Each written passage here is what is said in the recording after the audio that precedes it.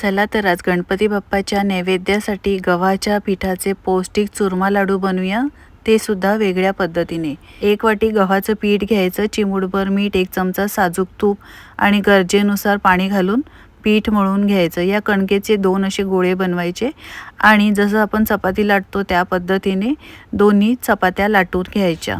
चपात्या लाटून झाल्यानंतर तव्यावर साजूक तूप घालायचं 1 चमचा आणि या पद्धतीने थोड्याशा कुरकुरीत चपात्या भाजून घ्यायच्या। चपात्या थंड झाल्यानंतर अशा पद्धतीने मिक्सरच्या भांड्यामध्ये तोडून घालायच्या आणि जाडसर रवाळ पावडर वाटून घ्यायची। नंतर अर्धी वाटी चिरलेलं गूळ घालायचं आणि पुन्हा जाडसर रवाळ पावडर करून घ्यायची। यानंतर वेलची पावडर, खसखस, तळलेले ड्रायफ्रुट्स घालून मिक्स करून अशा पद्धतीने हे चुरमा लाडू बनवून घ्यायचे। खसखसमध्ये कोट करायचे। तुम्ही कधी बनवले आहेत का? बनवले नसतील तर बनवून नक्की बघा। आजची रेसिपी आवडली तर लाईक करा, शेअर करा।